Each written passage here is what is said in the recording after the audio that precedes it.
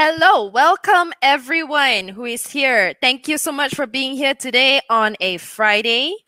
We hope we chose a good day for everyone to be here. And I have here with me some very colorful panelists. We have Matu, wave at the screen. We have Renee. We have Jason Leong. And we have Yvonne. For those of you who managed to sign up to Crowdcast, great job. And for those yang malas nak register, we'll see you on Facebook stream. No worries, no judgments here. So welcome to our forum called Are You Okay? And that's actually going to be the question I'll start out with. So I'm going to ask the audience, are you okay? Is everyone okay today? Feel free to type in the chat, engage and interact with each other. Feel free to interact with the panelists and with the other audience members. This is going to be a very casual chit-chat session. And as you can see at the bottom of the screen, we have a poll. So you can click on the poll and vote. What do you think based on that question? Do you think memes about mental health are helpful or do more harm than good? Because we have heard people having different opinions on this. So once again, welcome. And I'm going to start by letting the panelists introduce themselves first. So let's start with Matu. Hi, am I clear now? Am I okay? Yes, a bit soft. Okay, so I do filmmaking and I create content as well. I've been a part of this project that I did in my production house, which is called Disclosure, where we got teenagers to submit confessions of like their deepest, darkest secret anonymously. And we've gotten celebrities to read them out and not give an advice, but to react on what they thought a teenager would go through and compared to what they have read. Like, you know, we have a perception of what teenagers might be going through now, but when an actual teenager opens up and tells you what they're actually going through, what do you have to say about that?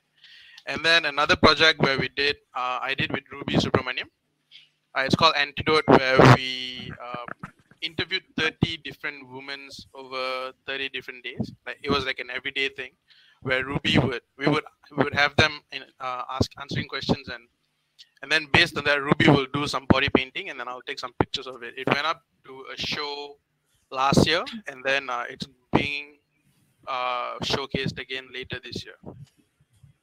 So yeah, a lot of content creating and somewhat of that sort. That's wonderful to hear. Maybe later you can share the link so that people can follow you or Ruby's work. I've heard of the body painting exhibition before. Great stuff, Matu. Thanks so much. And maybe you can hear from Yvonne next. Oh, okay. Hi. I'm not muted. All right. Yvonne. I'm a lecturer and clinical psychologist by profession. I've been practicing for about I don't know, 7 years now, and so I do see clients besides lecturing. I mainly see clients with issues, mental health issues, relational issues. Specifically, I'm quite interested in existential related issues as well. I was actually in a bank before I joined into clinical psychology. So, and after that, I got my other degree in psychology and master's. And so usually at this point, I tell people, don't ask me how old I am. And well, if you read my profile, I usually can't live without my coffee. And I'm also quite known for my lame sense of humor in the university as well. Hopefully that doesn't bore you today. Thank you. Thank you very much. No, we're all for humor, even if it's humor from a former banker. Jason, can we have you introduce yourself? Hello, my name is Jason. I'm a former doctor turned stand-up comedian. I'm a very humble guy. When it comes to humility, I am the best. I also have a comedy special out on Netflix. It's called #Blessed. And I'll be very blessed if all 500 of you watching this stream can go and watch my special. Thank you. Thank you, Jason. Renee, last but not least, tell the world who you are. Hey everyone, my name is Irene Zarina. I am a digital marketer by profession, and I share my yoga practice with whoever wants to join. And I am a student, or be an ex-student. I'm a master student, exploring how to reduce anxiety in youth athletes. But yeah. Thank you very much, Renee. And I can see the audience is already engaging in the chat space. That's lovely. Really nice to see. And well, today's topic is, well, it's are you okay? But it's the question itself. I think it's very loaded. I think Yvonne, you can agree. When we do this checking in with each other, I mean, we thankfully we're in that age of social media and more awareness about mental health. So we're doing a lot of checking in with each other. But is there perhaps a way of checking in that's perhaps more productive or helpful? And are there things that are blind to the human eye, maybe even the figurative eye, that we don't see because every transaction or interaction is happening online? So we think the person's okay, but perhaps not.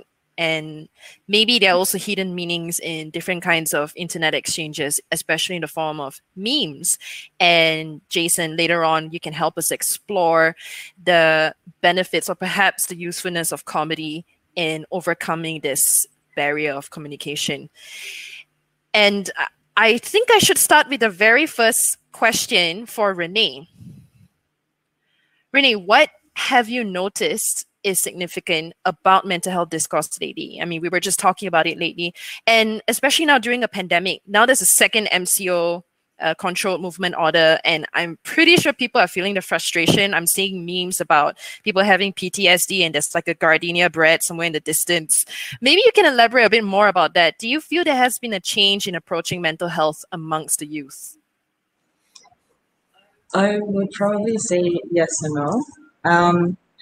The mental health discourse has definitely increased in frequency, and the memes are going. I mean, there are a plethora of memes, and some people are responding it positively, and some are not. And I think what I observed is that it's sort of nice to see how we are trying. A lot of people are trying to normalize that it is okay not to be okay, and that.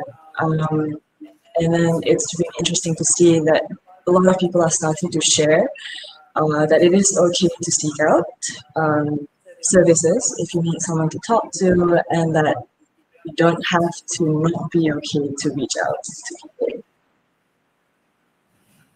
Okay, that's a good point. I think in a way the health, I would say the more healthy ones, or there's neurotypical, neurodivergent. Yvonne, maybe you can also elaborate on that or correct me if I'm wrong. But I think checking in can be done by anyone, regardless of where you are psychologically at the moment. So then that leads me to my next question for Yvonne.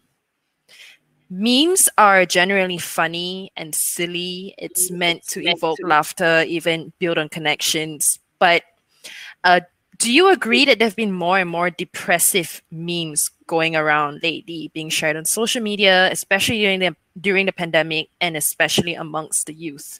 I definitely see that trend on my timeline. And I wonder if there is a correlation between humor and mental health. Like, why would humor be essential in communicating mental health issues? And I wonder if there's a form of, should you say, cognitive reappraisal at work here. Okay. Are you ready to take out notes? I'm going to start my 1-hour lecture on this. Just kidding. No, I actually thought about this, and there are so many ways of looking at humor and mental health. Interesting, I kind of look at from a very old way of looking at mental health, like from Sigmund Freud. They actually look at it, humor, as a way to talk about certain conversations, certain thoughts, certain experiences that might be difficult, might be anxiety provoking, or even a taboo. And usually when this kind of conversations could be about sex, aggressions, or things like depression, mental health issues. And I think these are the things that are difficult to talk about, and we typically want to kind of suppress them, to not talk about them. But when we actually allow ourselves to talk about them in the form of a joke and humor, using humor, they kind of act like a hydraulic valve that you allow some of this steam to get released. It's quite cathartic, actually. Like when you watch this kind of, every evening I watch those late shows, Stephen Colbert, those kind of shows online, and it gives a certain feeling of catharsis when you see these people joking about things that are, especially in the situations where they seem quite doomed. It's just kind of give a sense of relief. And also I think by using humor, people are kind of, sometimes they are kind of being thrown these kind of seemingly ridiculous solutions. And oftentimes they see the ridiculousness of the situations when they're thrown the kind of solutions. Like, and then one time, one of my students, it's an adult student, actually raised her hand and said, "Miss, can I go to the toilet?" And I look at her in a very serious manner and I say, "Yes, do you want me to go with you?" And then she laughed, and then she realized how, she really doesn't have to ask for permission, And sometimes I think using humor is just a way to help people to kind of take a step back and look at the situations and in a different perspective, like what you mentioned, some sort of cognitive appraisal.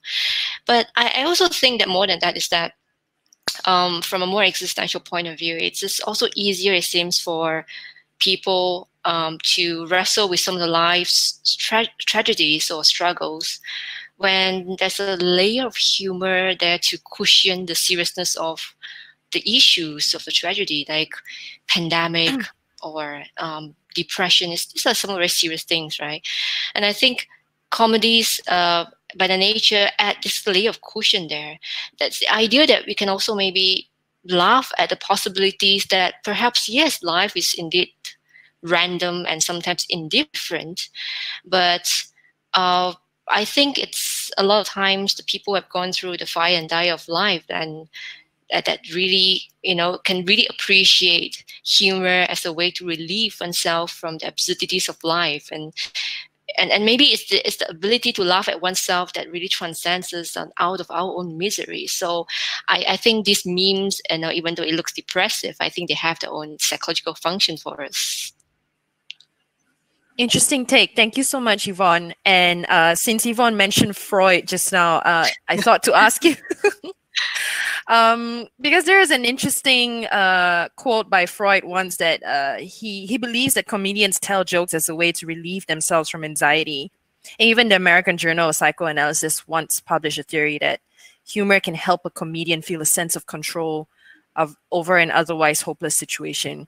But how much do you personally feel that this rings true? Like, do you think the performance of comedy itself is a way to be in control of a very chaotic situation, or to seek validation from an audience, to self-medicate, to run away from problems, perhaps? What is your take on this? I think the answer is yes to all that you have mentioned. Is to self-medicate, is to seek validation, is to have a sense of control. Some of the best comedies I've watched come from stand-up comedians who went through a lot of personal struggles. When I was in Melbourne for the 2015 Melbourne International Comedy Festival, the guy who won Best Newcomer in the festival, beating out 600 other shows, was this guy who talked about his own experiences. Father and mother died early, went into foster care. He was raped, and then his girlfriend cheated on him, then he was contemplating suicide. So in all these trains of thought, all these threads were weaved very beautifully in a stand-up comedy routine.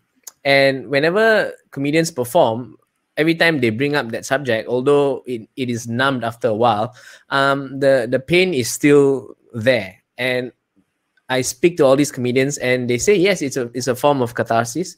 It's a form of, like you say, medication. And so it's a very powerful tool. And in the opposite direction, stand-up comedy is not just good for the stand-up comedians, but it's also good for people watching. I'll give you an example. There was an Indian comedian, I think 2 or 3 years ago, as in the motherland, India. He came up with this campaign called to normalize the conversation about hospice and palliative care for patients who they need not go through such painful chemotherapy or treatments. And because there's always taboo, right? Like, it means the doctors have given up, they're going to die slowly or whatever. So what he did was he got a bunch of patients with terminal illnesses like end-stage renal failure, stage 4 cancer. He got them all together, and him and his team taught them how to tell jokes, okay? And then they had an event where they all performed stand-up comedy in front of their friends, relatives, and their doctors.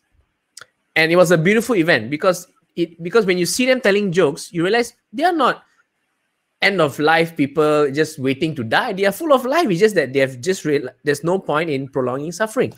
So comedy is very powerful both ways. You self-medicate, correct, and also to help heal others. I like that. That story you just shared. It can be very empowering for a person to, sure, these things happen to me, but I'm not defined by my tragedies or my illnesses. Like you said, I'm still full of life. Exactly. That's very, very interesting. Thank you so much for sharing that story. And Matu, what do you think that this meme sharing exercise has led us all to? Do you think it's undermining the discourse on mental health? Or do you think it's helping the discussion along in a productive manner? Some might feel that we are unnecessarily triggering people by bringing up something that should be discussed in a safe space with experts there, and you need to broach the topic carefully. You can't just like make a meme about it and hope it makes someone feel better. Or do you think that there might actually be a good starting point? And how do you feel we should be checking in with one another? I generally think sharing memes about like mental health and all, it's completely fine, because I think the conversation of triggering, like what's your trigger, what's your the negative side of sharing memes came about after starting to share the memes and starting a conversation. So I think like sharing memes have allowed everyone to talk about it, and from talking about it we have figured, okay, what is helpful and what is not helpful, where the direction should go with the memes. And I think it has, like, for me personally, like I think I've been more aware of mental health in very like recent years, probably like a year or two ago. And that has, from then it has come to a point where, okay, when I'm conversing with someone, and at least with me, my friends, we are all like, we joke around a lot of things. We be it social media, be it within the group, we joke about a lot of things. And sometimes the joke that we share doesn't necessarily land properly on another person. And I think confronting about it and telling like, okay, I don't feel comfortable you talking about this to me. I think sharing memes and being funny about things has allowed us to share conversation without being hurtful to each other.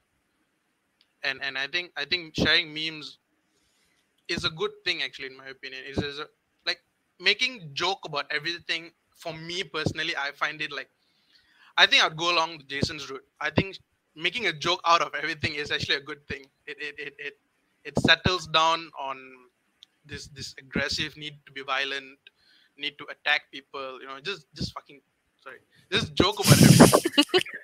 It's okay. We support free speech here. Freedom of expression. But yeah, I agree with Jason.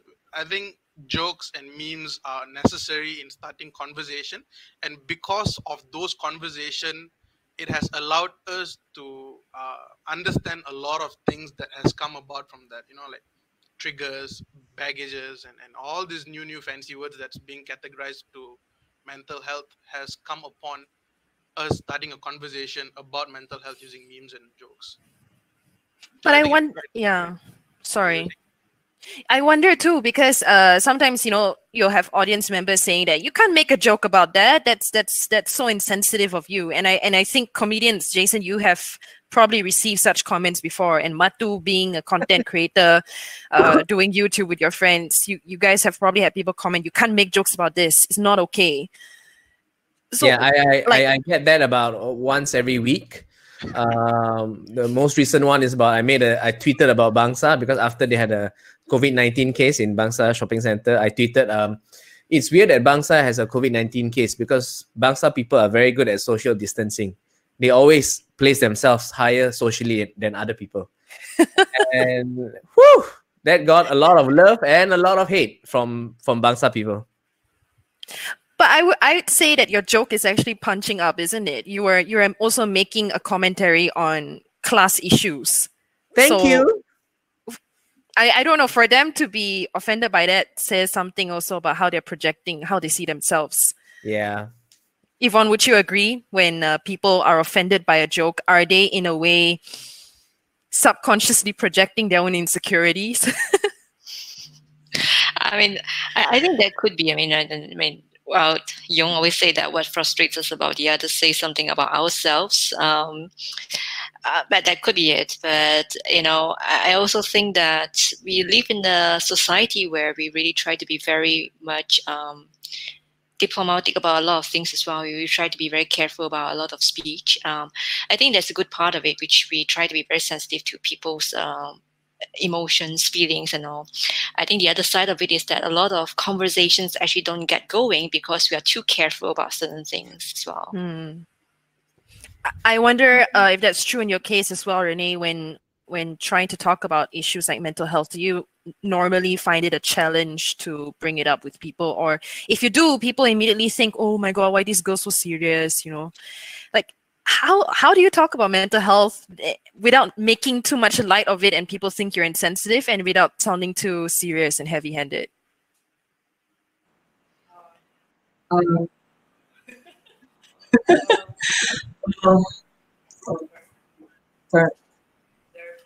There are people who struggle to express themselves, and I think to keep all around is to just probably navigate the way you ask certain questions, you see how their body language is, and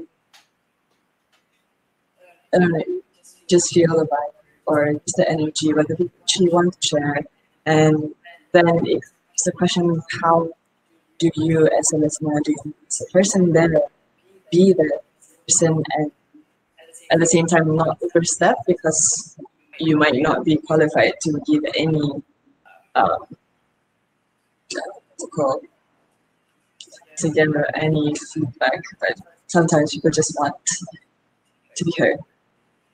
And I think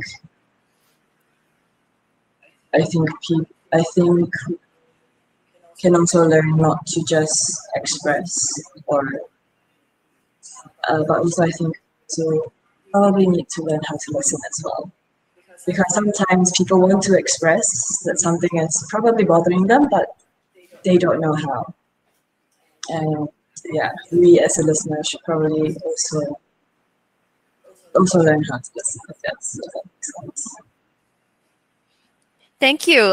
That's a pretty good insight. Oftentimes we're expecting people to be better at articulating themselves, but we often forget to be better listeners ourselves. And it can be tricky to figure out if someone's in a bad place in their life, but sometimes they are giving clues, nonverbal cues, and we're not really picking up on it because I think we grew up in a society that's very fast-paced. There's a lot of hustle and bustle. We prefer to actively engage in something and give our opinions rather than to sit back and do a lot of active listening. So that can be a challenge sometimes as to why the communication doesn't get through. Which leads me to my next question for Matu. Seeing as you are a content creator, filmmaker, you work with artists a lot, you use non-verbal mediums, you use artistic mediums, abstract ones, to communicate something to people. So I wonder if you think creative mediums have great potential in discussing tricky things like mental health, and would you care to share with us what are some of the positive examples or experiences that you've had with this?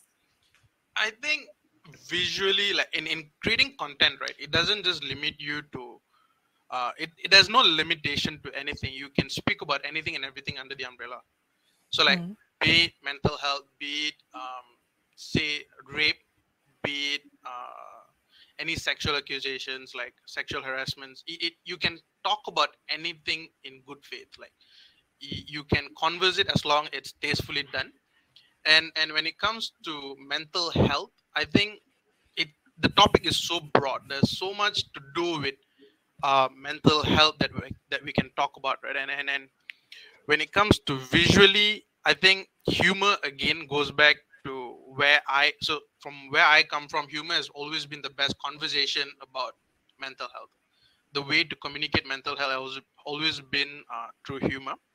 But I think in recent times, at least, it has been done with a lot of we take into consideration like how people are sensitive to certain things, because if you're not, you get dragged. If you don't take certain things into consideration, there are certain group of people on Twitter, on certain medium that will like out there to cancel you, to drag you. So there's a lot of things to be careful of, which is sad, which I think the art itself doesn't have a limitation, but because of these people who are going out to discourage you, that itself puts a limitation to it.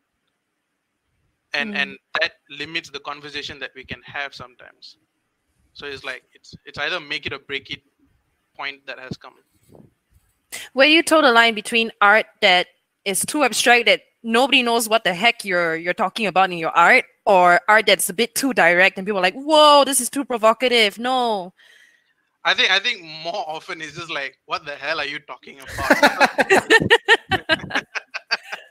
it's because see, art and in itself, right? Say for example, what you think through art, maybe it doesn't translate directly to me as what you thought of it. So to give you an example, right? So there was this music video that I did with Vika World about 3 years ago called Suicide Letter. And what me and Vika thought the script wasn't the same thing that was translated to other people. Everyone who got back to us had a different interpretation of their own on what it meant to them. And I think that's what art allows people to have a conversation about, because it translates differently to everyone. So you may perceive something else from what I initially thought. Like I could have been talking about mental health and you could have thought it was a complete joke. You know, it allows different conversation, but I think more often than not, it just comes out like, what the hell are you trying to talk about? Yeah, that's the challenge. Sometimes using art or even memes. Memes, I would argue it's an art form as well. It can be challenging in trying to talk about a topic in a way that's tasteful, but accessible to the masses. Everyone of different class would understand, but at the same time still evoke a sense of humor. By the way, for those who are watching us and who just entered, hello, welcome. And for those of you watching on our FB stream, malas not register, but it's okay. Feel free to ask questions at the bottom here. I can see there are questions here already. Ask away, and we'll address your questions later on when the panelists have done with their questions. Now on to Jason. I grew up watching a lot of stand-up comedy too, and I looked up to Robin Williams and Sarah Silverman. They were kind of my personal heroes. They have been known to struggle with mental illness. It's pretty public, and even the Laugh Factory in Hollywood that you performed at has an in-house psychologist. So I feel like it's quite a known fact that a lot of comedians are possibly depressed. But do you feel that they're also, you know, when they perform their material on stage, that it's coming from very rich and informed perspectives, and when they do their writing, there's that creative process, there's a lot going into it? And do you feel the profession of stand-up comedy provides you with a good vantage point to observe on human behavior and comment on human behavior? Yeah, I think to comment on human behavior, yes. The skills we acquire to perform stand-up comedy allows us to observe what is absurd, what is not normal, but is taken as normal, and then we make fun of it. Yes, it does provide a good vantage point. But the thing is, yes, there are stand-up comedians who are depressed, definitely, and stand-up comedy is their way of their own therapy, so to speak. Yeah. But that does not mean there's a very dangerous perception here. That does not mean that a comedian must be depressed to be funny. Okay, that doesn't mean that a comedian must live a very romanticized, sad life in order to be hilarious. You know, definitely being going through a tough life, it does give you a kind of every man perspective that people will appreciate. Of course, definitely if you're a rich prick and privileged and entitled, and that shows on stage in a not funny way, people know. But the important thing is, you don't have to suffer unnecessarily to be hilarious, right? Some comedians think that, oh, you know, I have to be sad and depressed, then only my jokes are funny. No, sometimes your jokes are just not funny, whether or not you're depressed or not, right? Putting the depressed comedian trope aside, stand-up comedy is a different art form anyway. So you have to have basic skills like joke writing, stage presence, public speaking skills, right? Like you can't be a director on a film set if your only credentials are I know how to hold a camera and I'm depressed. That doesn't work. You need basic knowledge. Yeah. But the good thing about stand-up comedy is, what is good is when you use stand-up comedy to highlight certain issues, like say mental health or whatever. Comedians like Hannah Gadsby, she won an Emmy for her comedy special on Netflix called Nanette, where she talks about being depressed, taking antidepressive medication. It's a good way to introduce the topic to the masses, so that when they see someone so successful, so funny, at the top of his or her game, still depressed, it kind of normalizes the conversation. So it's a very good. So yeah, good vantage point, but that doesn't mean we must be depressed to be funny. Okay, thank you so much for that, Jason. Yvonne, can you comment on this phenomenon known as the sad clown paradox? What can you tell us about this and how it relates to mental health and comedy? I think I'll just kind of following what Jason just said. I think when we ask that question, we're basically kind of trying to understand like why some people who seem maybe happy on the surface actually could also have the other side of being depressed and troubled as well. I think that's what this whole what you call the sad clown phenomena was just kind of talking about. But I'm also thinking that we are actually, it's kind of easy to forget that we all have different sides to ourselves, that we are all very three-dimensional with ups and downs at different times. And sometimes we assume that what we see on stage is all there is to the person, and that like mental health is as if it's like a linear line, as this constant happy kind of line there. But comedians or not, you know, that's not the case. We all have ups and downs on a daily basis, right? So that's why when we say that there's also the other side of the comedians, it's as if we expect them to not have the other side at all. That I think is kind of like a myth. But also I think there's some commonalities from what I heard that among people who are comedians. I think in 2014, sorry that nerdy side of me came out. There's some studies that actually look into the common personalities of comedians, right? And one of it is that they found that comedians are generally high in intelligence. They are actually very, especially contrary to popular beliefs, a lot of them are actually quite high in introversion. And they're also very much open to experience as well. Yes, some of them have some sort of depressive traits. But I actually kind of think about what this means for comedians is that combination of this kind of personalities of high in introversion and high in openness, that actually makes the person maybe more reflective, observant. They kind of see beyond what's presented to the eyes, so to speak. So when you joke about, say, I think Jason had a joke about this maid who comes to the house to clean and then complained to the mother-in-law about the house not being clean and make small reports, and then which you end up having to clean the whole house before the maid came. I actually saw that and I thought, like, that's so funny because you're taking something ordinary that a lot of us can relate to, and you make us aware of the underlying dynamics and the vulnerabilities that's going on there. That vulnerability, which is the fact that we are all kind of suckers for some sort of admirations and the need to put up a good front, right? Even to the maid. And so now for you to do that, you actually need to be willing to see that and accept that truth and to be aware of that happening. And I think that level of awareness is sometimes very difficult to handle, you know, for comedians to always observe that and think about that.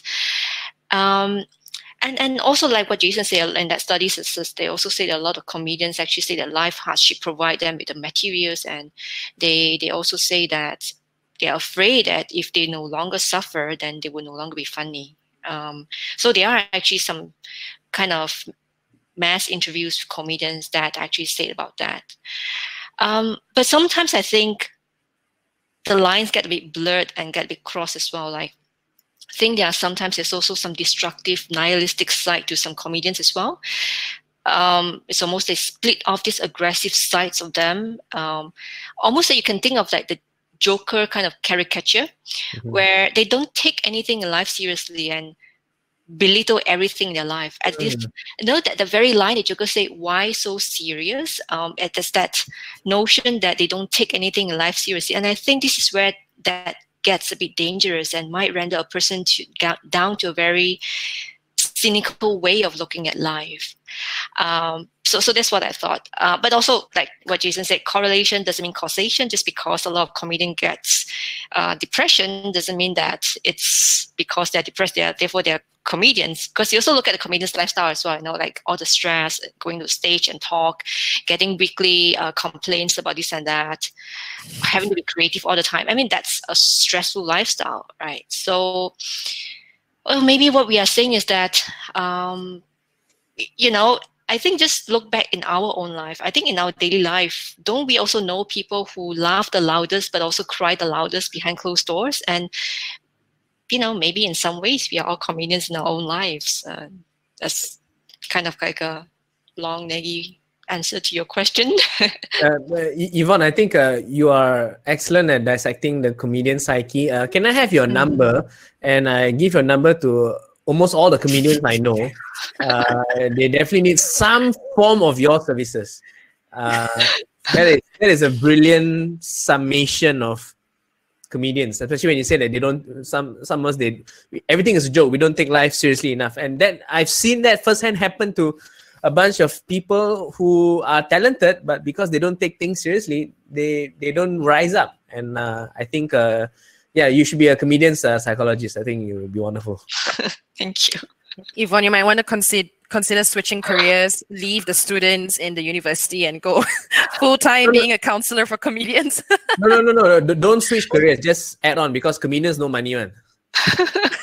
Pro bono. Maybe I can trade that for a laugh, right? Yeah.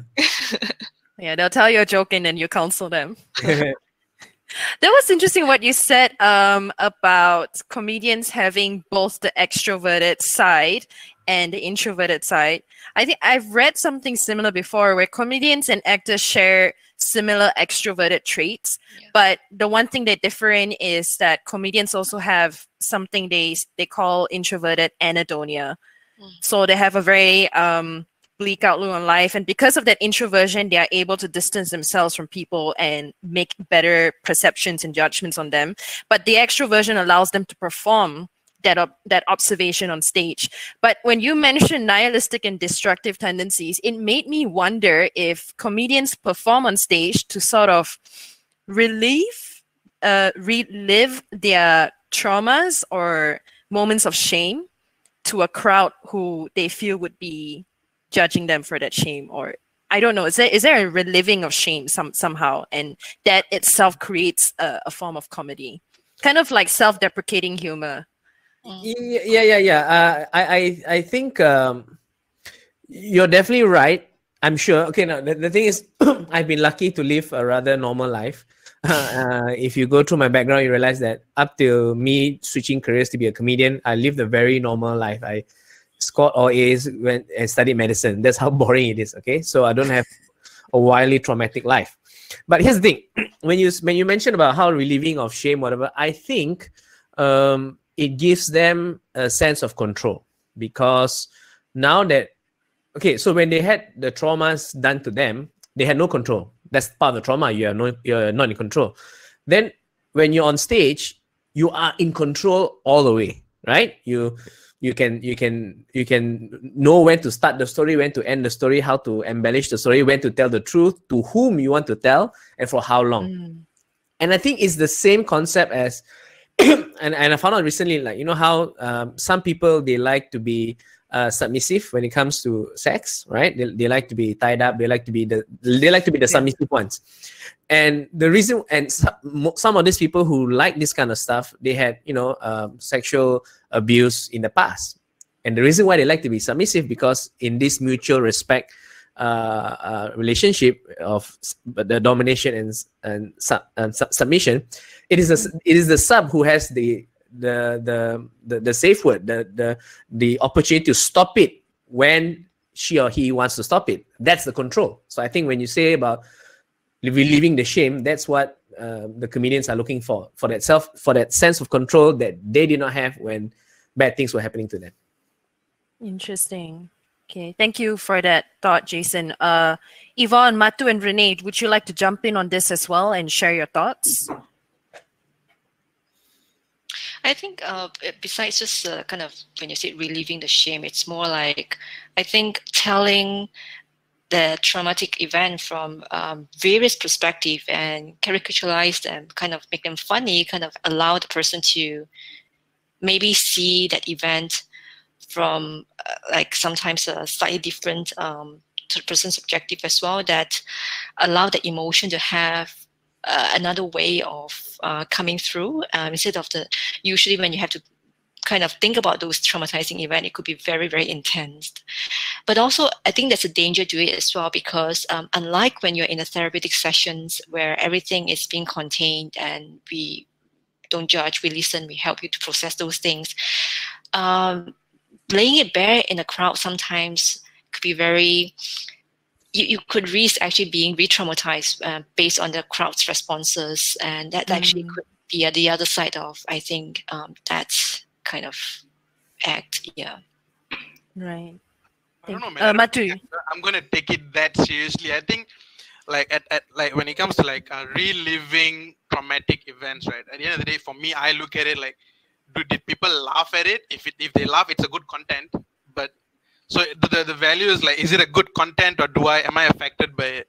If it comes down to it being a good content and I can use it, make it a good content, and I don't think it really then matters much, because like I have to be through it to be able to make it a content and deliver it. I can't be living that pain again and again and still be able to make it a content for people to laugh at.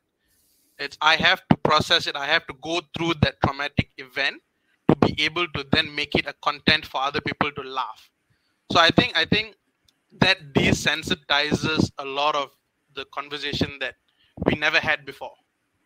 And at the end of the day, for me, at least personally, because I am with the kind of people I am with, because we are content creators, the value of the content comes first, regardless of a lot of things, right? So do I make the people I'm presenting my comedy to, or presenting my visual or art to, what is my intention? What do I want them to feel? Do I want them to cry, or do I want them to laugh? It could be a bad joke, it could be a good joke. But at the end of the day, it's the value of the content that is in that event of trauma that I have gone through, and I have now moved on from that has now become a content. You know, like you hear a lot of people speaking about how, so I have had experience where when I was doing Antidote, a couple of them shared about their rape experience. Like particularly there's this doctor, she's a Doctors Without Border, and she was raped when she was serving in a country where the terrorist group barged into the camp and they raped her. So for her to be able to have that conversation in public, she must have processed it in her mind. She must have gone through it for her to be able to speak about it, right? her intention to her delivery is like she wants people to know that it's okay, it's all right, you're not alone in this. That's her intention. But as for us, people who make things in a humor form, we want you to laugh at it. We want you to desensitize that particular conversation. So at the end of the day, the traumatic event, you have to process it before you deliver it, regardless of what intention you are delivering it on. So I think at the end of the day, again, I come back to the point of, for me, the value of the content holds higher than what does it do, or at the end of the day, whatever you speak of, whether it's comedy, whether it's not, it allows a conversation. It opens up a conversation somewhere, someplace. It may not be with you, but it opens up a conversation somewhere. And at the end of the day, that's what matters. And it's how you deliver it. You have to be a real good comedian.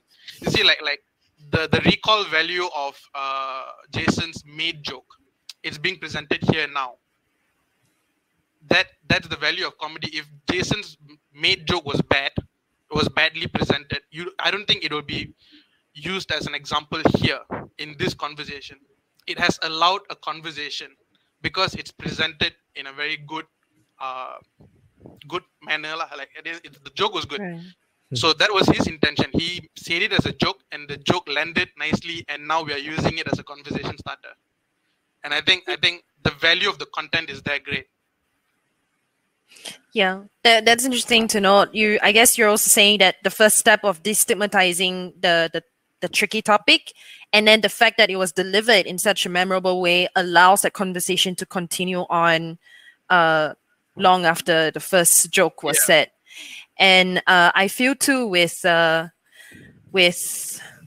when you mentioned about content, it just made me remember of our trip in Bangkok with Vika and Britu and the rest. Everywhere they went with the camera being like, content, I need content. Correct. But that it also makes me think that perhaps these vloggers or content creators are constantly thinking of their audience and the public in their minds. Like, what do they want to see? What do they want to know about? Now that I'm in Bangkok, do they want to know what I'm eating? How to cross the road? Like where to take the train? They're constantly thinking about what the audience wants to know. So that there's that continuous empathizing with your audience, knowing what they want. Yeah. And it has, I think, because we have garnered such attention from these people, it has sort of put us in a place where we are now allowed to speak of a lot of things, and that has also put us in a space where we have to speak about, now we have to make good content. That conversation stirs to what are the content we're going to make, what am I going to present tomorrow, what am I going to present the day after, what am I going to like I'm assuming for Jason, it's like, how do I do better in my previous show? That's your conversation to have on a daily basis, at least for us, because we're doing content every day, right? So it's like, what do I do better? What do I do better? And because we have audience watching, that sort of puts us like, that's like a unseen pressure there, that you have to do better. You have to think of a better way of presenting certain conversation. Yeah, as we speak right now, the audience is commenting on you. Put the mic further away. Put the mic nearer to you. Okay, bro, calm down. Okay, bro, why so serious? Do I give a PJ to my mic or what? There's that pressure too when people are performing. The audience is going to constantly comment on things. Yeah. Now, Renee, since we're talking about delivery or connecting with people, I wonder if being a yoga teacher, you place a lot of emphasis on mind-body connection. There's something you always bring up when you do your classes, and I'd like to learn more about laughter yoga and what it is. Please show us or demonstrate to us what it is. Okay, but to be frank, oh my goodness. Sorry. Okay, to be frank, I've not tried laughter yoga, but laughter yoga has the essence of, similar to a lot of yoga practices where we're focusing on breathing, and they do incorporate certain yoga poses, stretching poses. But what is mind-body connection to you all? What is mind-body connection? Jason? What's mind and body connection to you? Oh, for me, mind and body connection, I've never really thought about it, but as long as what I perceive what I want to do in my mind, my body can perform it. To me, that's an example of connection. Like when I do Brazilian Jiu-Jitsu, when I do submission grappling, when I need my body to do certain things and my body does, that's a connection for me. Excellent. So, let's explore. Okay, let's just explore. So everyone, let's just bring our hands all the way up to the sky. All the way hands up to the sky. Yeah. Yeah, and then we're gonna reach the stars and see if we can grab the stars. As if we're squeezing. Or we're just reaching. So 5, 4. Wait, I don't have to 3, stand up for this, right? 2. No need. Just reach up and just grab the stars. And 1, come down, relax. Take a moment, put your hands down, take a moment to just observe what you feel. Okay, so now let's, on our next inhale, as we breathe up, we're going to reach up, breathe up, and then bring all the air into our body, all the energy into our body, and as we exhale, we're going to grab the stars. We're going to grab the stars. 5, 4, 3, 2, 1, relax. What do you feel? I mean, is there any difference? Is there any tension? Yeah. Do you feel a subtle increase in heart rate? Do you feel slightly warmer in your body? Do you probably feel a bit warmer in your body? Or is there more space as you reach up with intention? Less stiffness in my chest. Less stiffness in your chest as compared to the first time when you just angkat tangan yoga, probably. Or, yeah. So for me, that is mind-body connection, where you do something with intention. So when you just say, let's say we stretch our neck and we just put our right ear to our right shoulder, but you don't feel much, do we?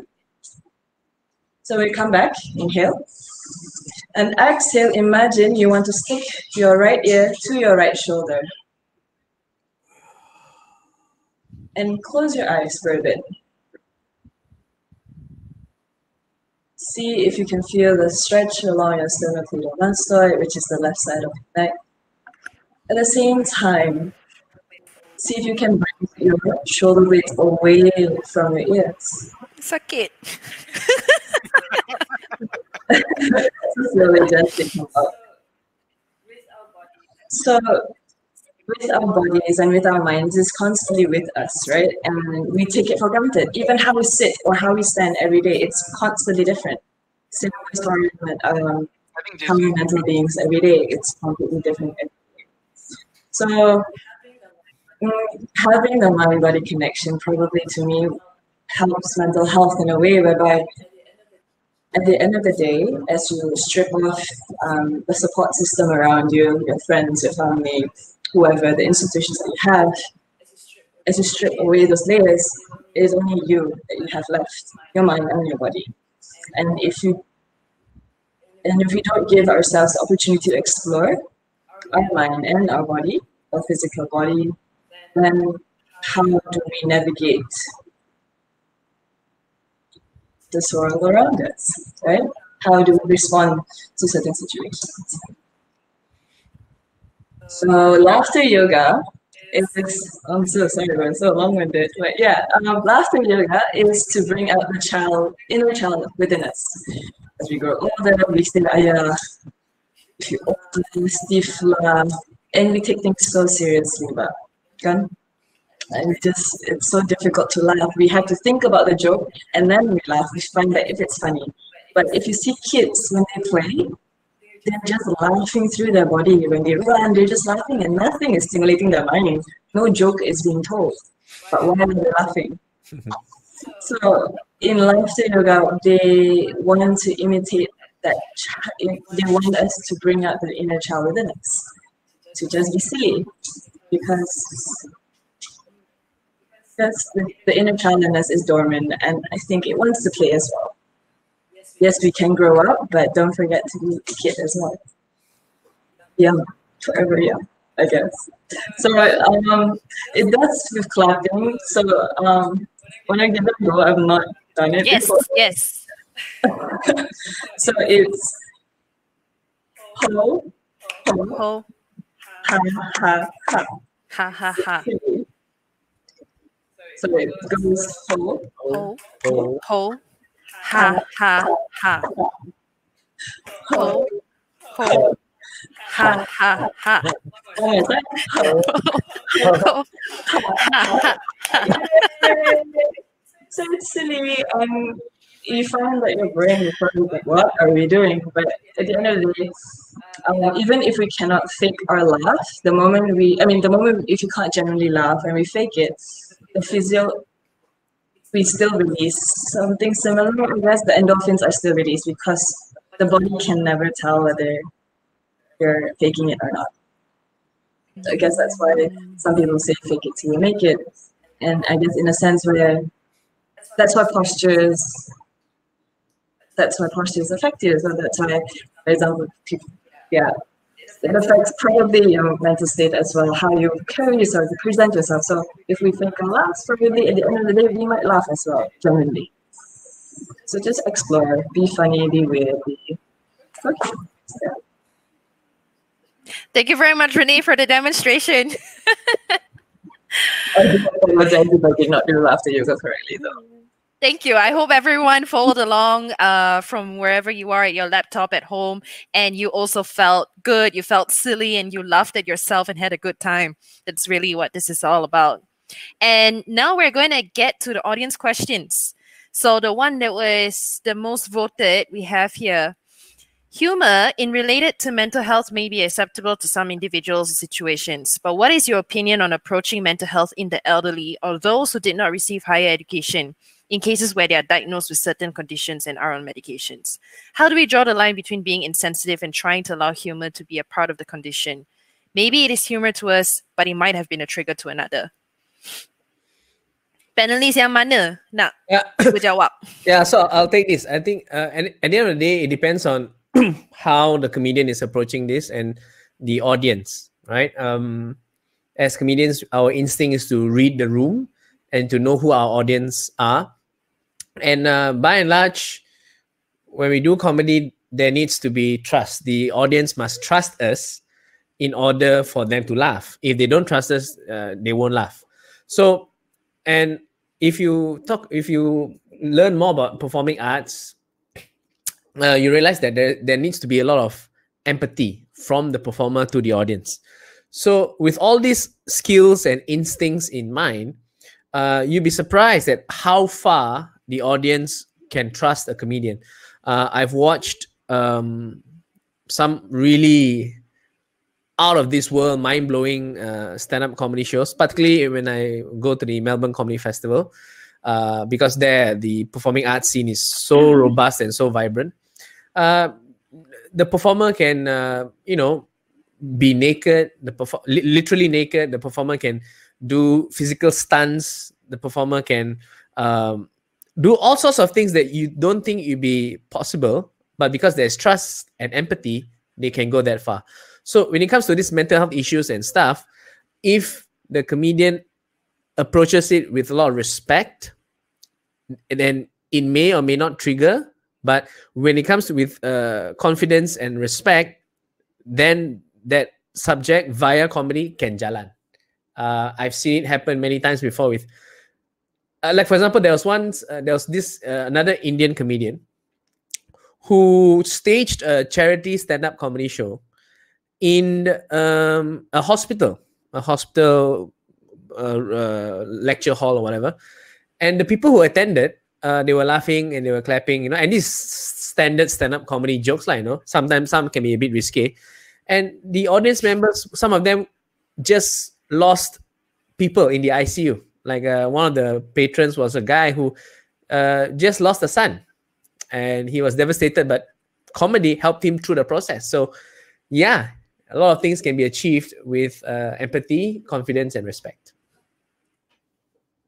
Thank you, Jason, for that. Hope that answers your question. I think it was Pearly. Thank you very much for the question. And now for our next question, it's by Vikar. Must comedians apologize when they go overboard with their jokes? Okay, I'll take this first. See, I guess yes. If a comedian has gone overboard, or no, if anyone has gone overboard, he or she should apologize. The problem is, most of the times, the comedians don't think that they've gone overboard.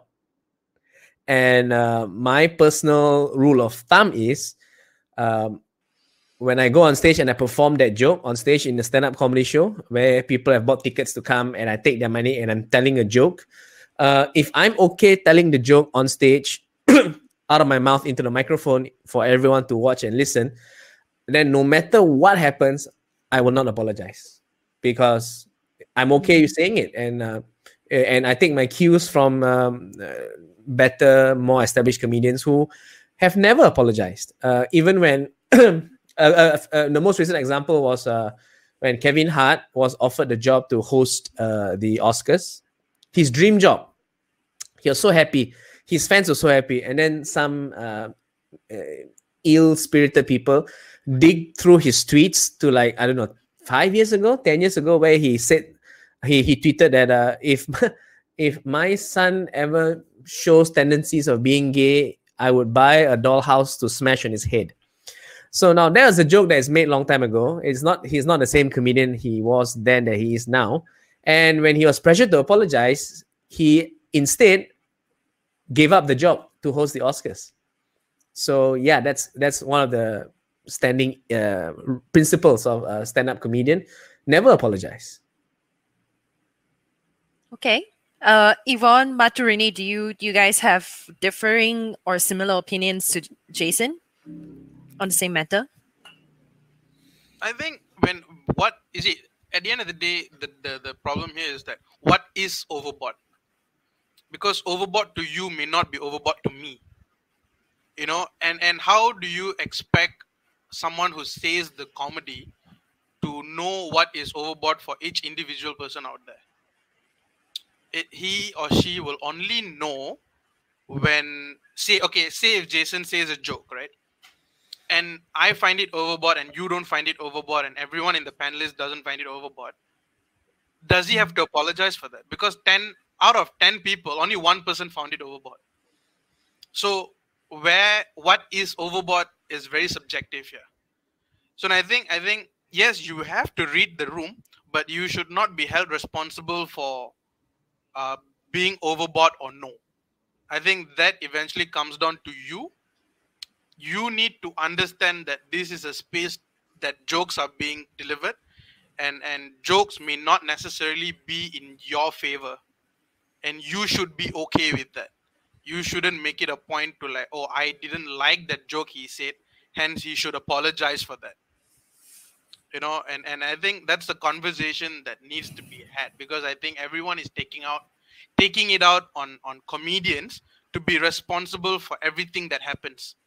Like every joke that's being said, everything that it's a place where you say jokes. So why is anyone here even getting offended? And I think that's what I would like to say. What is overboard? Like when we have the conversation of being overboard here.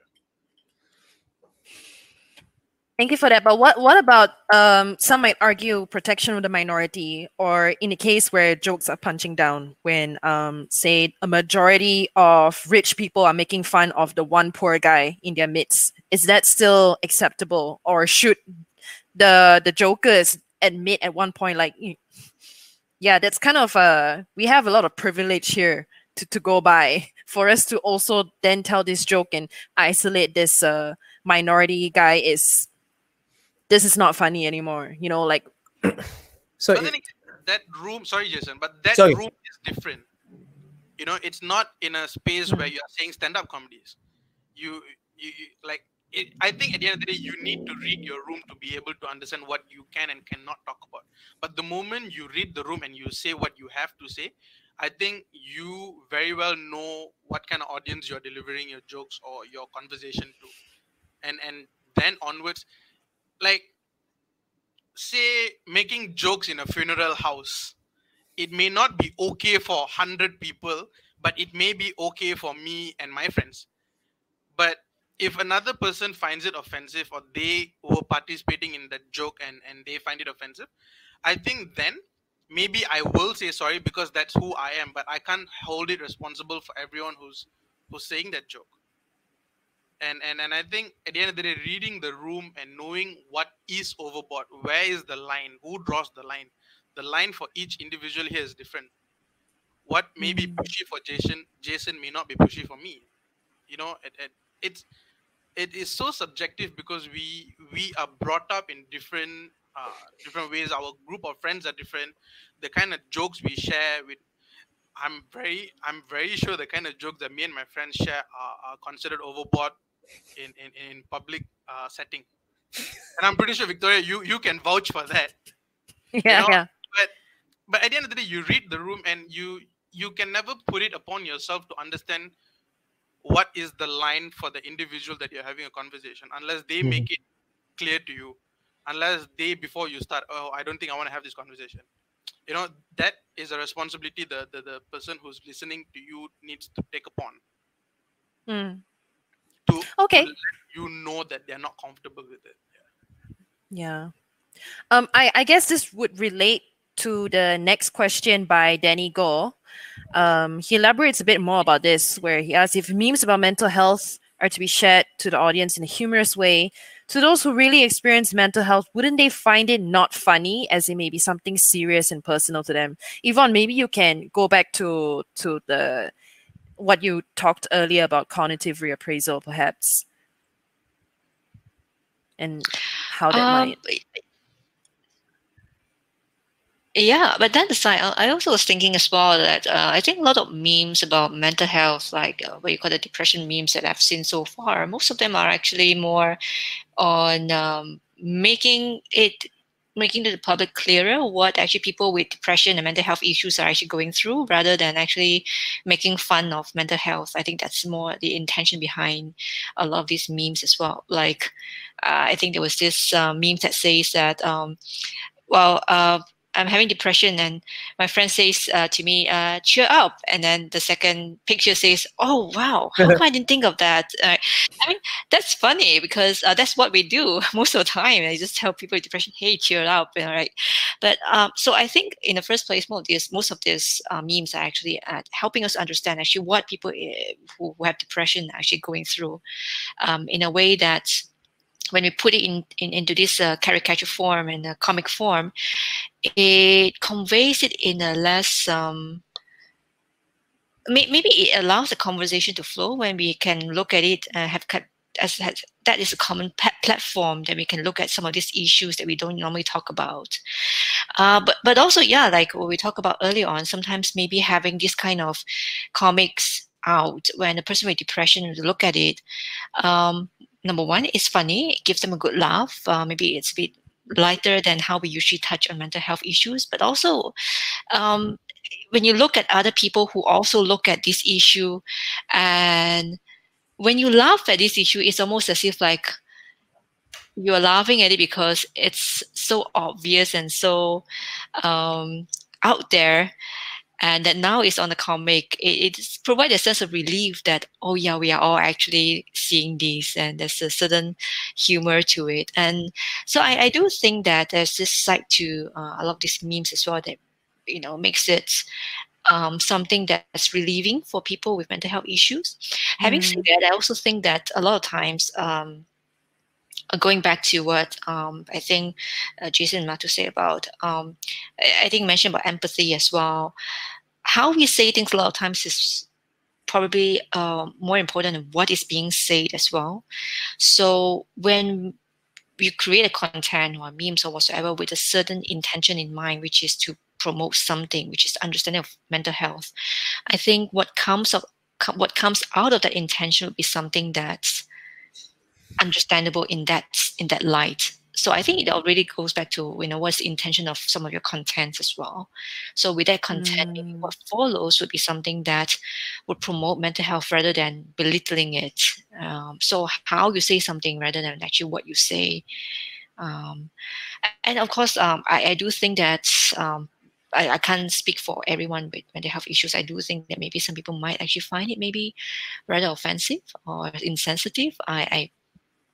Well, again, back to my nerdy self, from the research that I've read, it seems that a lot of people do find a lot of these memes quite relieving.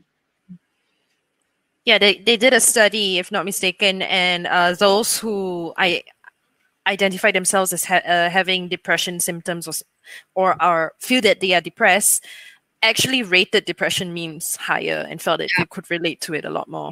Yeah. Well, thank you for the insight, Yvonne. And if we can take the next question by Joshua. He asks, being in a country like Malaysia, being multicultural and diverse, should one tread carefully when it comes to crafting comedy? I feel that relates a lot to what's happening right now on Twitter. So maybe one of Matu or Renee, you want to take this? I think this is my friend who's asking this question. So I know I'll let Jason take it if Jason wants to take this. Yeah. Okay. Yeah, I mean, even if the comedian is not from Malaysia, a comedian must always tread carefully, in the sense that if you want your joke to be funny, it has to be funny and also not alienate a lot of people, or alienate your audience. Because like if for example, if you do a comedy show and you do a joke which is not funny and offensive to women, you have lost half the room, right? Or probably even more, right? So with regards to Malaysia, yes, race and religion are two very fire pits that you should avoid. However, that being said, as a stand-up comedian, another principle is anything and everything can be made fun of. But the problem is, the reality is, in Malaysia that is not possible, and I don't want to get arrested. So yeah, there are some things which I as a comedian will not touch on.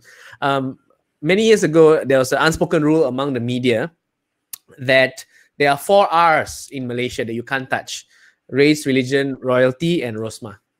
But bit by bit, I think now Rosma is kind of fair game. I think depends on what happens if Najib comes back to power. But by and large, these are things that you tend to one tends to avoid being so edgy, especially if you're a comedian in Malaysia. But if you look at the comedy scene in, say, the UK, the UK is a constitutional monarchy also, but jokes about the Queen are like, my God, some of them even make me turn pale, Frankie Boyle has this joke. It says, the Queen is so old, her pussy is haunted. and it's fair game, right? But I, as Malaysian, I will never make any jokes about our royalty. We can't. Not that we want to. We can't. No. You can, but you'll be in jail. Correct. Yeah. We don't afford being in jail. I cannot afford being in jail. Even I'm like, they are waiting for me to go out for them to put me in jail. Yeah. So the principle is anything and everything can be made fun of, but there's also that reality that which we need to be grounded in so that we don't get arrested. And I think if I just want to comment very quickly on what's happening on Twitter right now regarding France, Mahathir, all these things. Yeah. As much as I'm a proponent of freedom of expression and I support it no matter what, you can criticize religion, you can even mock religious leaders. Yes. It's fair game. But I do think oftentimes the Muslim community tends to be targeted more often by proponents of French FOE. So when a community starts to feel like they are the ones being targeted or being the butt of all the jokes constantly compared to other communities, especially compared to maybe Jewish communities, is it then fair anymore? Like, is it still fair game? Because sure, you're practicing your free speech, but you're targeting a particular community much more than other communities. It might say something also about the person who's making the joke. It's just, I felt like I had, it's good to also put it out there. Yeah, I mean, there's always whoever makes the joke has his or her own bias and agenda, of course. But if I may go on a tangent a little bit, I think the problem is now we are living in an age where we lose nuances, and we always want it in black and white, and we don't appreciate the gray areas. And the problem is right now on Twitter, like for example, if you say, "Hey, it's freedom of speech. Anything can be made fun of," then people will say, "But you are insulting my religion, right?" And at this, and then when you say things like, "Hey, I don't think they should have killed the people in France," then you be like, "Oh, so means whatever they say, you can jalan, right?" So the problem is, it's hard for someone to say, which I am saying right now. Number one, you should be able to make fun of anything, including religion. Yes. But number two, you also shouldn't kill people. So I'm for these two things. I'm not black nor white. I'm right in the middle. Don't kill people, but also you can make fun of everything. So that's the problem. So yeah, there are lots of workshops and trainings on this matter, specifically on helping people distinguish between freedom of expression and incitement to violence, which is a whole different matter altogether. When you're inciting people to do violent things or think of violent thoughts, that is a very, very dangerous terrain to go on. And let's go to the next question by Dalton Nicole. In the context of Malaysia, comedy is a good bridge to open up a discussion about mental health, especially as many people here are still in the dark about it. But where do you draw the line of it being funny and offensive? I think this relates to the previous questions we had also. So maybe a different panelist wants to take this. I think Renee? Again, it just goes back to that line. It's where do you draw the line? Like it's the line is different for everyone. Like just now, I think someone brought up Tanjung Rambutan jokes, right? Like how it's no longer a normal thing now. But in an opinion of that person who said it, he thinks that we have moved to be a better person. Like we understand mental health and therefore we don't make jokes about Tanjung Rambutan. In my perspective, I just think we moved on to a better joke. That Tanjung Rambutan is not a good joke anymore. It's like if you talk about Tanjung Rambutan, you are like stuck in a 2000s joke. But I don't appreciate that as a good joke anymore. But yeah, it's not funny anymore. It's not funny. It's not funny because it's just not a good joke. Not that you are insulting mental health problem. It's yes, I agree that there are mental health problems, but the reason to a lot of jokes not being said now is just because it's old, right? So for me, the line is different. For another person, the line is different. So at the end of the day, being funny and being offensive, you just have to read the room. Like I would go back to agreeing to Jason that you need to know where you are at. It's imagine for a very offensive thing, right? Imagine going to a surau and insulting the Muslims. You are putting yourself in a situation where you know you will get fucked. If you do get fucked, you can't blame it on the people because you landed yourself there. So the line is different everywhere and with everyone. So what's offensive to you may not be offensive to me. What's funny to you may not be funny to me. And I think there's the line where we draw is very subjective. And again, I don't think it's a responsibility of, like, at the end of the day, as an audience, you just need, like, okay, I don't know how many of you all watch Bill Burr, like the Bill Burr stand-up comedy, right?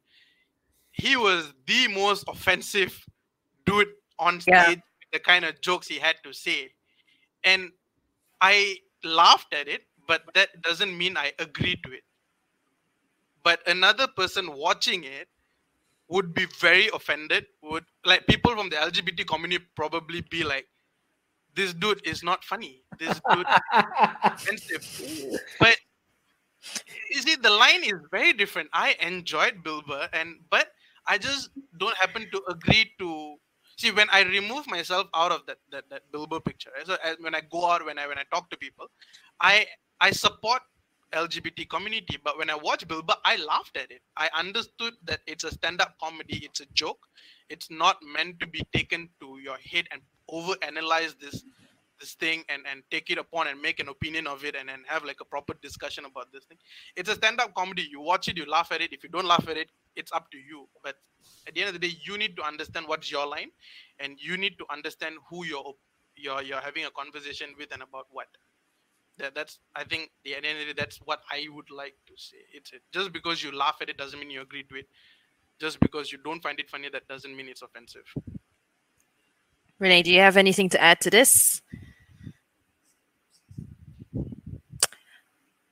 Okay. In that case, we'll move on to the next question by Tamara, asking, what is the content that you have personally done or seen which you felt was distasteful and made you feel, hey, I should be better than this? None. Done. Question done. Moving on.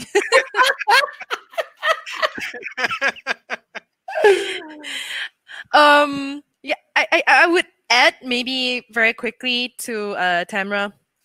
But sometimes you feel like maybe say for me being a cis het woman, urban liberal, middle class Chinese, for me to laugh at a joke about migrant workers, something's wrong with me. I'm not checking my privilege. Yes, that thought can cross your mind and be like, oh, my privilege is coming to play here as to why I can laugh at that. But that doesn't, like Matu said earlier, it doesn't preclude me from having genuine empathy for a community either. And I do think a lot of people, even oppressed minorities, can also not take themselves too seriously and laugh at themselves too every now and then. And this might sound triggering to some people, where they're like, oh my God, we've already been through so much. How can you tell us to like laugh at this? But that is life after all. I feel like life is going to throw curves at you. You can whine and whinge about it and play a victim narrative for the rest of your life, or you can every now and then laugh at it, laugh at yourself. Like, okay. You bring up a very good point, Victoria. And sometimes I can't help but wonder that whether the mob is consisting of people who the joke is targeted towards, or people who somehow rather feel angry on their behalf, and then joined by people who just want attention, right? I know people who are, I know two guys, personally, friends who are amputees. One guy had bone cancer and they had to remove his leg, and another guy lost his leg in an accident. And I had a joke, actually, which touched upon a guy with no legs. Okay, now I won't tell the joke. I will put it on YouTube later. And when I told the joke on stage, I felt okay, and people laughed. And there was no like, when I hit the punchline, there was no like, it's like haha, it was a laugh. Okay. And then when I was about to upload it on YouTube, I actually did show it to my two friends who amputees, and they liked the joke. They laughed at it. So when it comes to all this, like, people who will get offended, right?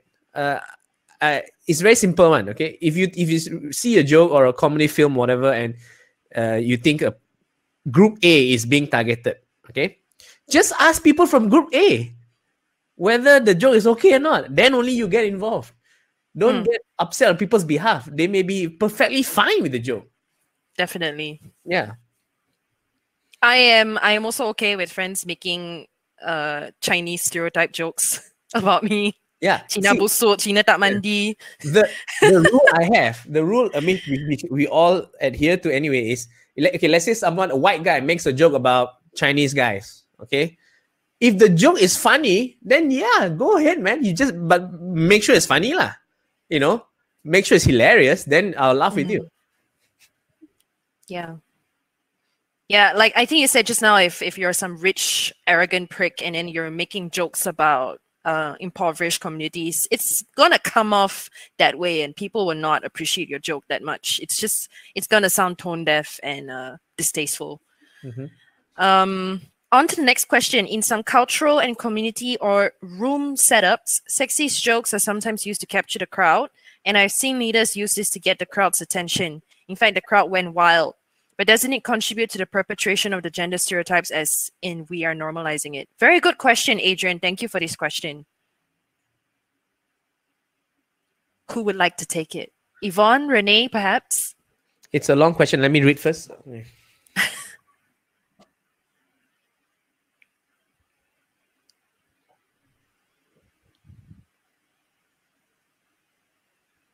Please take the question. No, someone else please take the question. I'm reading.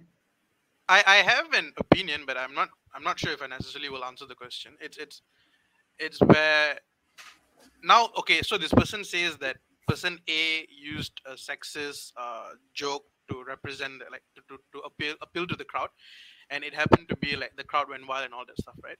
And he also goes on to say that it's a gender stereotype and everything. I think the better conversation here is that the fact that the joke has been said and you have categorized it as a gender stereotype, that you have that knowledge to understand that it is not all right, is what we have all come to now.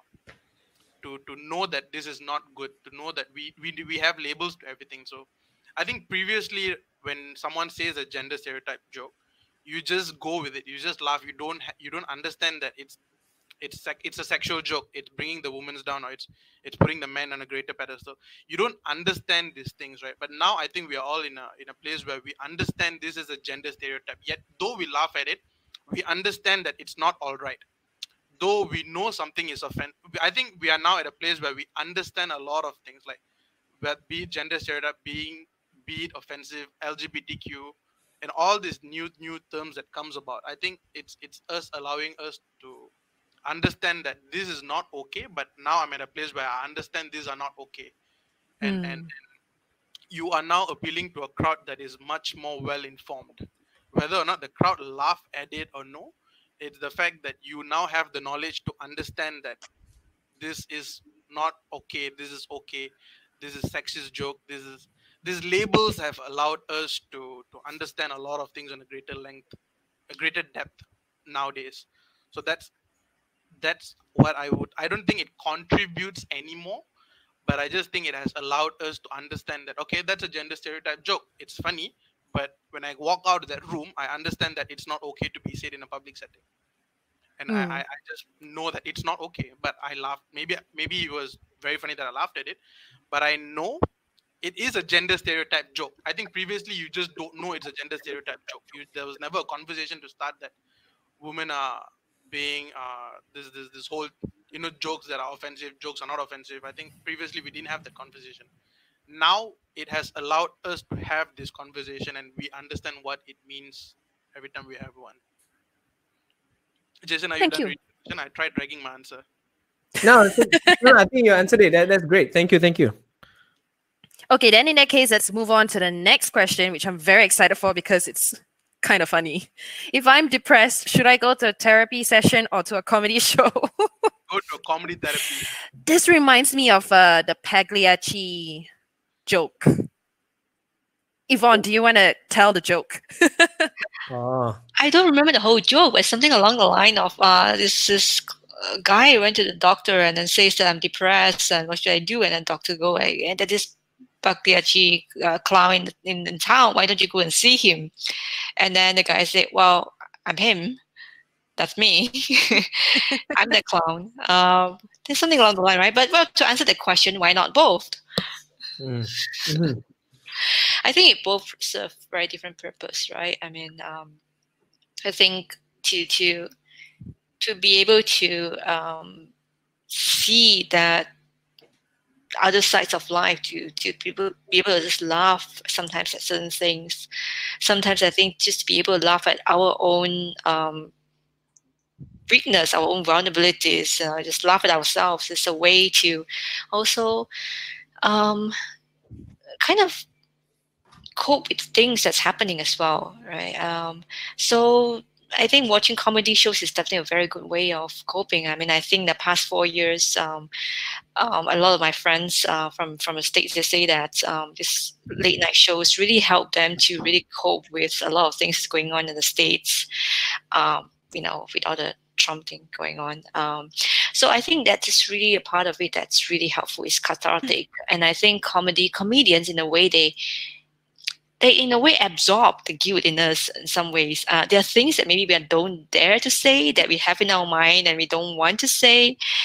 All these things, it's actually being kind of expressed from the mouth of comedians, and I go like, that's what I really feel like, and it's very cathartic, right? And then I guess therapy sessions does very different things for you, and at a very different space where you talk about your things, it gets personal. So That's why I say why not both?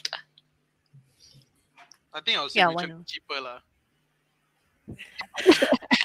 Okay, so Jason can't stay with us too long, so I'm going to quickly direct some questions to him, especially the one that's asked by Fuad, specifically for Jason. To what extent does BJJ help your mental health, and how does it feel to roll during a pandemic? It's the opposite of social distancing. Whew.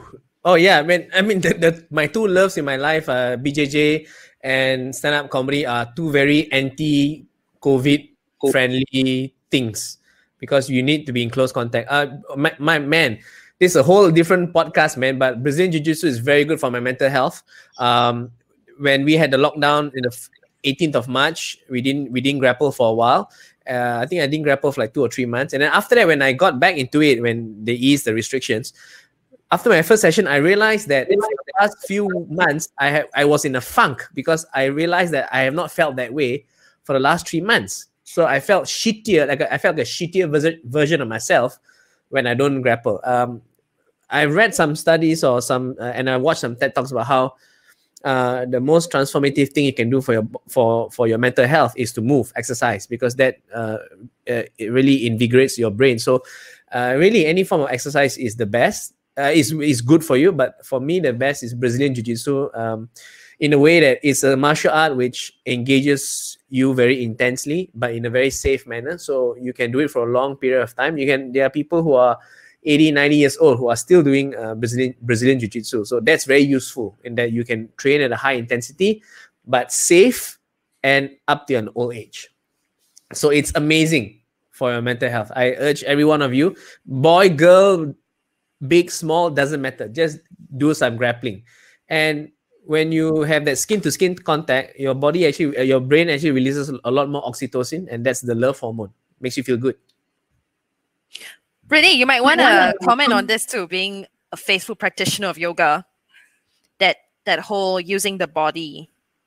Because BJJ is also, it's very physical, like Jason just mentioned. How is yoga different or similar in helping to cope with mental illness? I totally agree with Jason because, yeah, I mean, oh my goodness, I don't know how to explain this. I don't know how to articulate, but yes, I'm excited because yes, just exploring your body, just moving in any form or manner, be it Brazilian Jiu-Jitsu, yoga, dancing, or just sitting movements. It allows your body to just explore. And like our mind, our body is not just unidimensional. We're multidimensional. We understand that once you activate a certain muscle, once you understand that a certain movement and you can do, your mind just starts to explore, like, what's next? What can I do? What can this body do? And what can my mind do? And in that sense, it tells you that, I mean, it reminds you, it's just a gentle reminder that you are capable. You are capable of so many things in terms of physicality, but dude. And I think with a lot of, I mean, probably yoga or anything, let's say you do a push-up and every day it's a different way. You probably can do 5 today, 7 tomorrow, 10 the next day, and then the following day it's just 1. Why? So you take a step back and then you reevaluate, what's wrong? Did I not have enough sleep? Or am I not present today? Yeah, and then and people have this misconception that when we exercise or when we play sports or whatever that we do when we move, there's always an expectation that we need to improve and improve and improve. But you see, we forget that the journey is never just up. In our careers or wherever, it's always up and down. And it's the same with our bodies and the same with our minds. And it's a journey to explore. And I think with every sport, probably all the coaches would say, leave your ego at the door before you step in. Because then by leaving the ego at the door or whatever it is, just leave it at the door before you step onto your mat or enter the room and have open heart and mind. Because once you just allow your body to move, and you'll be so surprised of what can be. It can be silly, it can be amazing, just you'll never know. So yeah. Thank you very much, Renee, for that very heartfelt sharing about yoga and its benefits for mind-body connection, being more aware, being more centered with yourself. I do find that very helpful, and I have attended one of your classes before, and it was very eye-opening. Thank you so much.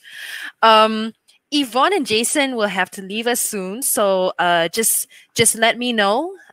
Cue me if you have to leave, and we'll probably have Matu and Renee stay on to complete the rest of the questions. I actually have to leave now because my wife is making noise. Yeah, so I have to leave anytime. Is the chicken getting cold? No, we actually have to go and get our baby back home because she's with my baby is with the in-laws now, so we have to go and get her back here. No worries. Yay! Thank you. Thank you. Thank you very much. Thanks, Renee, Yvonne, Matu, and of course Victoria. Thank you. Love you all. Thank you so much, Jason, for being here with us. Bye bye. Thank you very much as well, Jason. Thanks everyone. Thanks, Renee, Matu, Victoria. Thank you, Yvonne, as well. Yes, it was nice having you both. Thank you. Thanks everyone for joining us as well. See you. See you. Have a good night. Good night. Okay. Good night. Do this. All right. We can continue on with the rest of the questions. Next one is by Tanesh. Memes about mental health and being depressed were relatable and have managed to start a conversation. Yes. However, I feel at this point, these memes are overly done to a point where young people growing up with this content blow their personal issues, sadness, problems out of proportion, trying very hard to relate, to fit in. Every teenager is depressed, according to Twitter. Opinion on this? Ooh, controversial question. I agree real hard in this opinion, and I agree to what Tanesh has said. It's like as if being sad is the new cool. It's like you have to have anxiety or depression to fit in the new cool kids gang. And they try so hard that I remember an incident that there was this kid who suicided, and the news weren't available to the public yet. But this group of people that was there in the place where this kid suicided, right? The news traveled within the place of the suicide location, right? And what happened was, this person tweeted, "I feel sad for the girl who just suicided. She was my best friend. I hope you'll keep her in your prayers," and all that sort, right? But the funny thing is, the person who suicided was actually a guy and had nothing to do with this person. People try so hard to want to fit in the narrative of being sad or being associated to something that is depressive, something that most people who are actually in it are finding a way out. This new generation of people are trying their way to get in it when people who are in it are trying to get out of it. And I think it's sad that it has come to this, that every teenager is depressed. They are, like, when you go to Twitter, when you go through their likes, it's like half these people, their likes are all about sad stuff. Like they probably, like, the mom didn't feed them chicken and it's probably the saddest day of their life. Sorry, I laughed at that. Thank you, Danish. That was a very good question. Very thought-provoking, because it definitely feels like that's a trend right now, a trend to be quote-unquote oppressed or triggered or depressed, or or to be a victim. And I find maybe it has a lot to do with seeking validation online as well, because doing it in real life is a lot harder. Relating to people in real life is a lot harder, telling them your issues. So doing it online sometimes you can be anonymous and do that online, and that's a lot easier, I guess, to seek validation. Thank you, Tanish, for the question. And the next is by Dalton again. How hard is it to create a comedy content nowadays without triggering so many people? Renee, you've also done content creation. You can comment on this too, both of you. I'll let Irene go ahead now. It's I don't know, man. It has become hard. I wouldn't deny that, but do I want to look at the bright side and say that it has allowed us to to innovate these comedies in a new scale? Yes. But has it also limit our conversation? Also a yes. Yes, we are now taking a different means and route to deliver what we are trying to say. But you see, I think a couple of months ago we had this conversation of censorship, right? Censorship by the government. And I think now the censorship is happening within this group of people who's always out there to attack you. There's this new sense of censorship that's happening. That will you trigger people? Will you hurt someone sensitive? That in itself is a form of censoring, and it's. I personally think it has become really hard, but I guess we just learn how to be different and create different things moving forward. Because again, I think being content creators, people expect you to take a form of responsibility, which I don't. Which in itself is a different conversation. Should influencers take responsibility for everything that happens in the country? Like, should influencers speak up about all the topics that happens in the country? That itself is a different conversation. But making content has become hard because you don't know who will get offended. You don't know if you will be cancelled tomorrow for saying what you did today. You see, Kevin Hart got dragged real hard for something he said 10 years ago because of how the culture has come up to be now. So I guess you just have to learn how to be different and bring that conversation forward from there. Irene? Thank you. Very thought-provoking. Danish, I hope you were moved by Matu's answer. And we have our next question from Iza. Hello, Iza. Hello, Iza. Is comedy a good coping mechanism for people with mental health? Renee, maybe you want to take this one. I would probably say if it's lots of discussion, like seeing that, harking back to said, this conversation after that, be comfortable to explore with it, sure, but yeah, yourself to just comedy. And again, there's so many types of comedy as well, mediums of comedy, and yeah, if it serves you, then it's not. There's always other to explore. Okay, thank you. And our last and final question for the day. Is it good when comedians do jokes in public where some people get frustrated with it? For example, Impractical Jokers, but it's not in Malaysia. What if there is a group in Malaysia doing the same thing?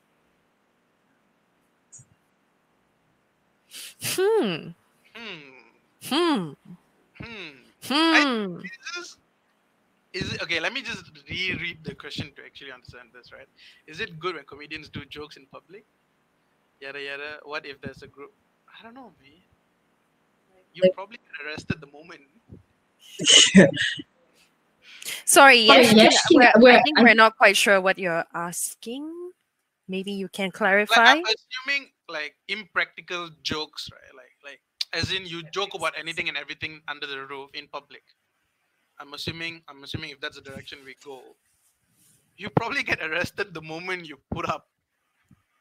And I've had conversation with a couple of other stand-up comedians and I've come to learn that the moment you're a stand-up comedian, you are noticed by the law enforcement. You are in somewhat of in their record for the kind of jokes that you have said in a setting, right? So it's if it has come to that, imagine going in public and saying a joke that would probably hurt a sentiment of a small group or someone, or if you are insulting the special rights or of any of those kind of conversation. So imagine, I think within 5 minutes you probably get picked up. I think it just sadly doesn't work in a Malaysian setup because of the kind of place we are in. Yeah. Renee, do you have anything to add to that?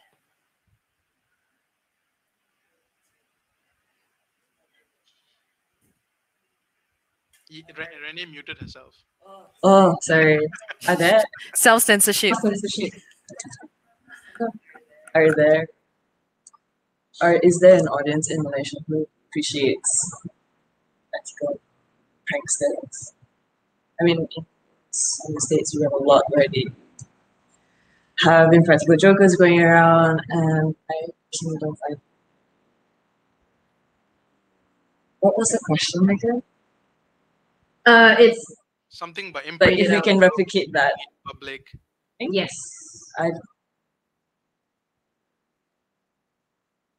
Nice. I guess you will have an audience for it, but I don't think your audience will even admit they enjoyed your jokes because of the Yeah. kind of culture and the rules and regulation in Malaysia that we have. Well, Jason isn't here to comment on this, Yeah. So but we go. just 2 weeks back, he actually was involved. I lost your audio. I can't hear you. Can you hear me now? Okay, yeah, I keep forgetting. So, yeah, Jason isn't here to comment on this, but I read that just 2 weeks back he got into a bit of a drama with Hits.fm. So they did a BJJ match to decide whether the gotcha calls should still be on. And Jason won, being a BJJ. I think he's blue belt or purple belt, blue belt, I think. I'm so glad he won. I'm so glad there's no more Right. gotcha. That chokehold. So anyway, he won, and the gotcha calls are no longer I think existing. that's a very. I applaud Jason for taking that up. Yeah, I was actually happy he won. Yeah, oh my God, gotcha calls are so damn bad. Yeah. So Try- if we don't have any other questions from the audience, yang akhir sekali, I want to end by showing us the poll results. So at the beginning of the forum, I did type out this poll question. Do you think memes about mental health are helpful or do more harm than good? And 92% of you voted, I love those memes, I can totally relate. And 8% of you say, ugh, if I see one more meme about depression. So I think it goes to show that perhaps the youth's perspective on this is we'd rather talk about it than not talk about it. There's a very interesting question that's asked about when we are about to end. Oh, mana? Jap. Okay. Oh, by Adrian. So Adrian asked, what would it take for Malaysian comedians to achieve the Borat level jokes or pranks? And do you think Malaysians will learn more than just the usual ha-ha? I really wish Vika was here in this chat, like to answer this question. Vika kat mana? Boleh invite on screen. I think he's in the chat. Would you like to be invited on screen, Vika? Because I think he would have a very much more reasonable opinion on this, because we started off doing this kind of jokes, like pranks and all that stuff, and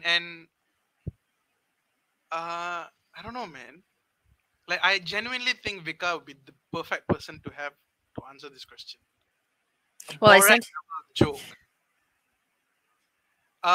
Okay, so if I were to answer this, I don't think we can do Borat level jokes here. Like, or have so in Borat's subsequent movie, right, the film, he wanted to present his kid to the White House. Do you think we would get away by making a joke like that in our country?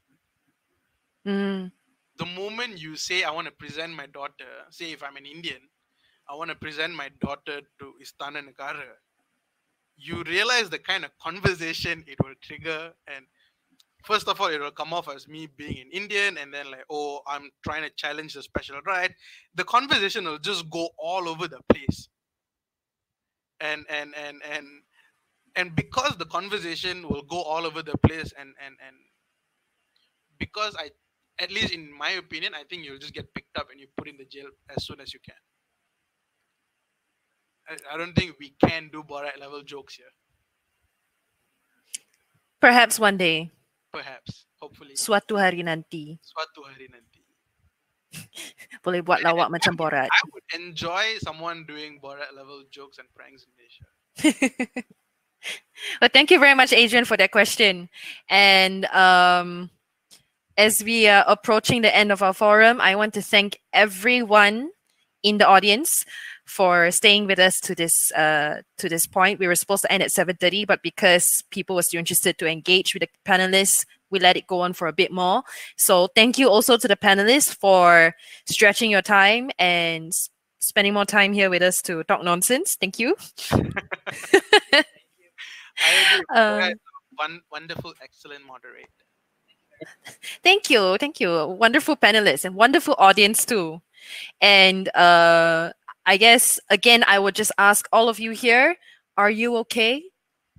Checking in with one another.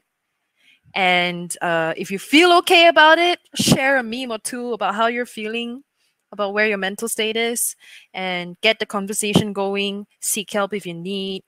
And take everything one step at a time. And a sense of humor never hurt anybody. So thank you again, all of you. You guys have been amazing and great. Terima kasih. And have a good weekend. You too. Have a good weekend. Bye. Let me catch the stars again. Oh, catching the stars and exhale and catch the stars. Thank you all. Thank you. Goodbye.